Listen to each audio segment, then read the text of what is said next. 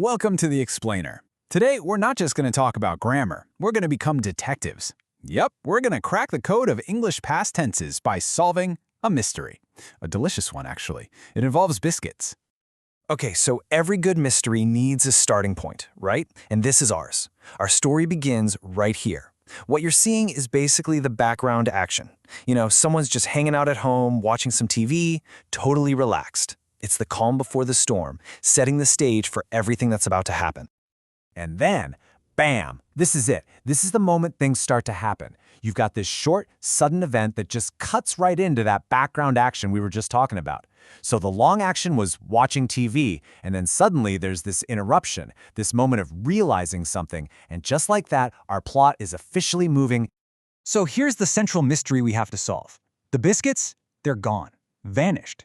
Now, to figure out what happened, we've got to look for clues. But here's the twist. For this particular mystery, all of our clues are actually hidden inside the grammar we use to talk about the past. Okay, so our first tool in our detective kit is the past simple. I want you to think of this as like the backbone of the whole story. We're going to use it to pull out the main events and figure out the exact sequence of what happened, step by step. Basically, the past simple is our timeline. It just lays everything out in order. This happened, then this happened, then this happened. It's really the skeleton that holds the entire story together. And this lays out that skeleton perfectly.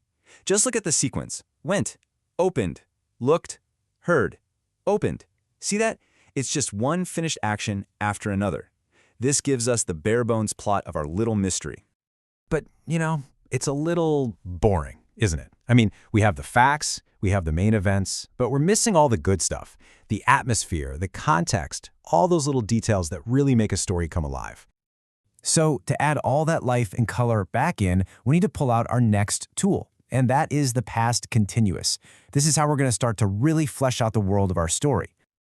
You can think of the past continuous kind of like the background music in a movie.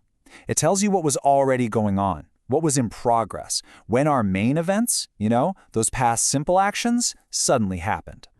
And this right here shows you just how powerful this is when you combine them.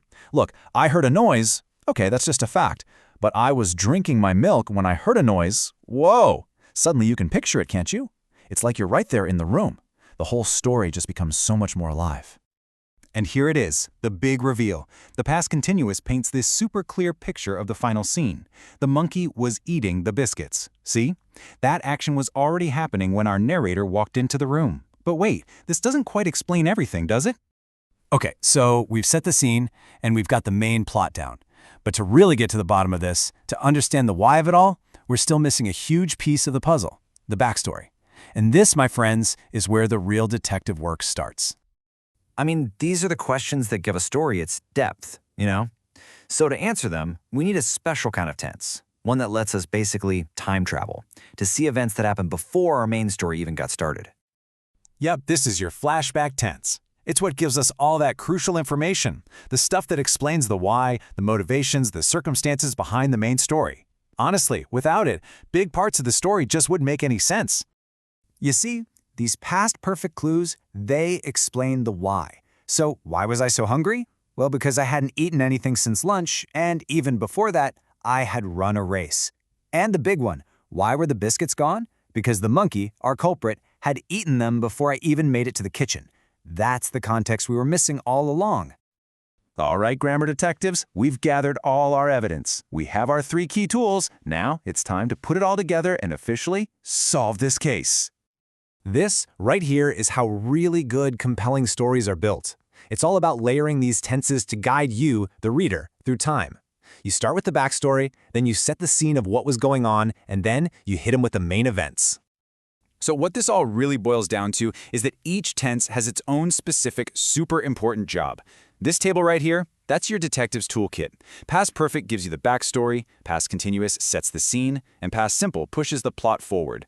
They're a team, and they work together to build a story that's rich and clear. And there you have it. Case closed. The mystery of the missing biscuits is solved. But the real takeaway here is this.